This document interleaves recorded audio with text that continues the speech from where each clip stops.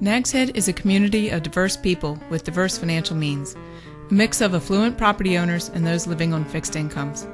But what everyone in the Nags Head community shares is a reliance on the beach for the substantial economic benefits it produces as well as the recreation it provides. There are clear financial benefits to a healthy beach. It expands the federal, state, and local tax base. It increases income and employment opportunities, and it enhances property values. The beach has been our economic engine.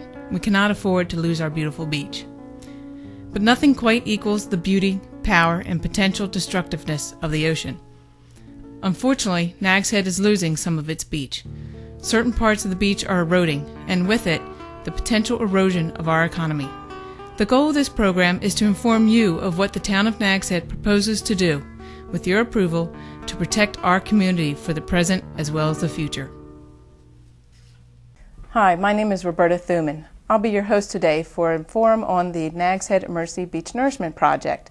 I have with me today Richard Johnson. Thank you for being here, Richard. Richard is the Vice Chairman of the Dare County Board of Commissioners, as well as a member of the Dare County Shoreline Management Commission.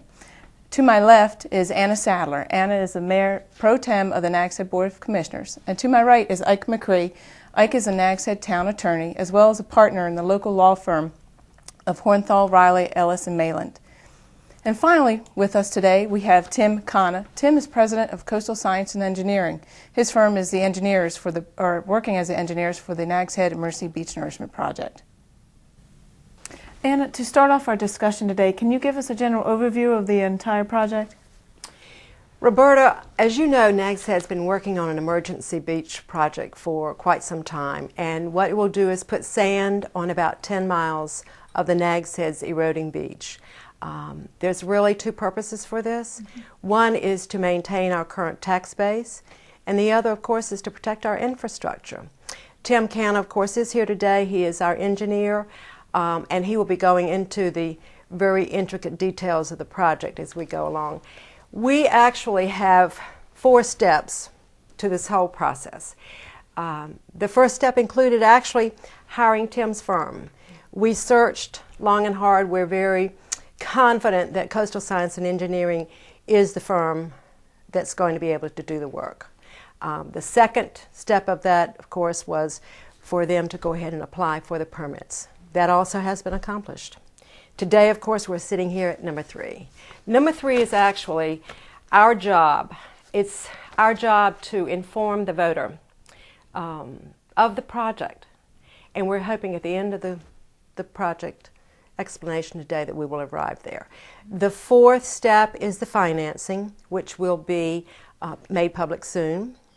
And then at that point, in the spring of 2007, we'll be asking the voter who will know all of our steps, very detailed.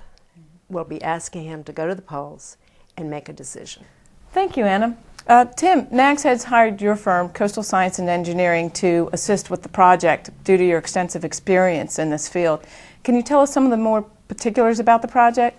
Sure, I'll be happy to. And first, I do want to say thank you very much for the opportunity to come here and be with all of you and to assist the community of Nags Head. It's always a pleasure to come to the beach. I look at our role as being, the first purpose is to diagnose the problem. You have erosion going on here. We've heard lots about erosion. And what I'd like to do is explain to you what we think are the main causes of erosion.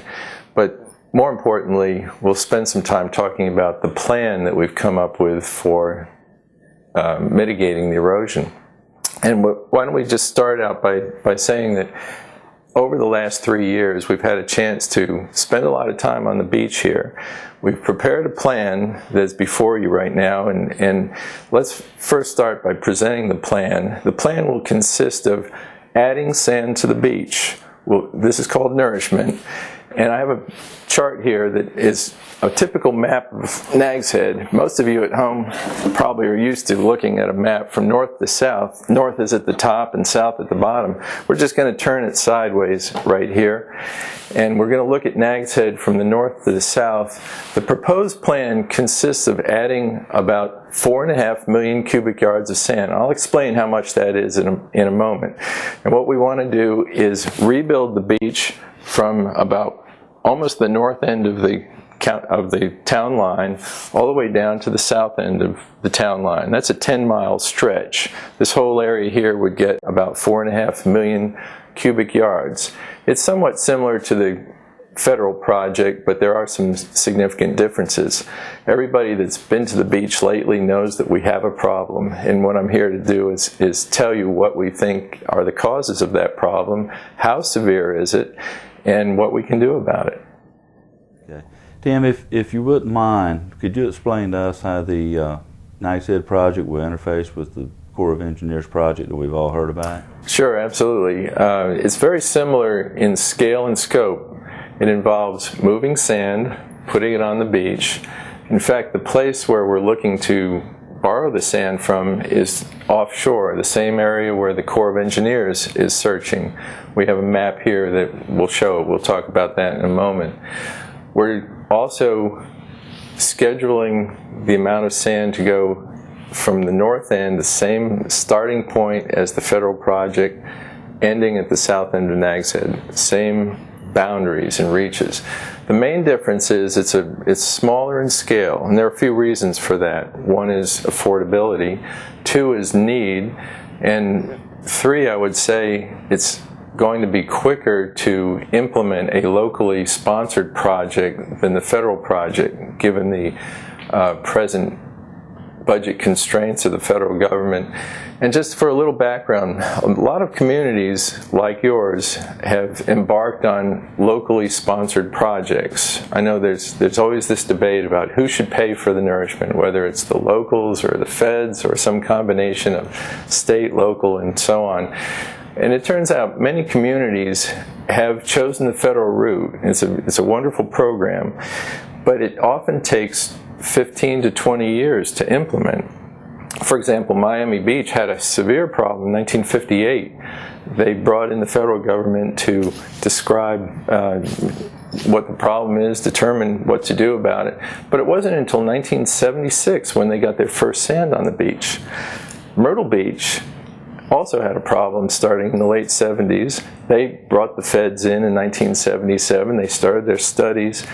But that city, unlike Miami Beach, decided they couldn't wait 15 to 20 years.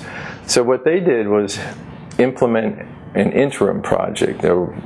Some people might call it an emergency project, call it whatever you will.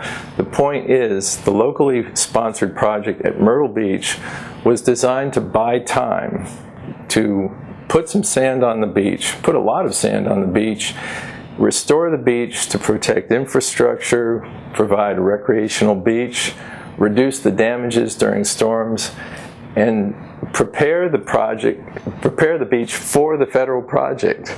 And it turned out to work out pretty well that way. Myrtle Beach bought a lot of time. They bought 10 years worth of relief. And then the federal project came in 1997, about 10 years, 12 years after the local project. And today Myrtle Beach, for example, is much better off than it was 25 years ago, before either of the projects were done. Then there are other communities in North Carolina that are going the same route. Bogue Banks communities, Emerald Isle, Indian Beach, Pine Knoll Shores similarly did locally sponsored projects, but they're working in parallel with the federal government in hopes of getting a longer-term solution to the problem.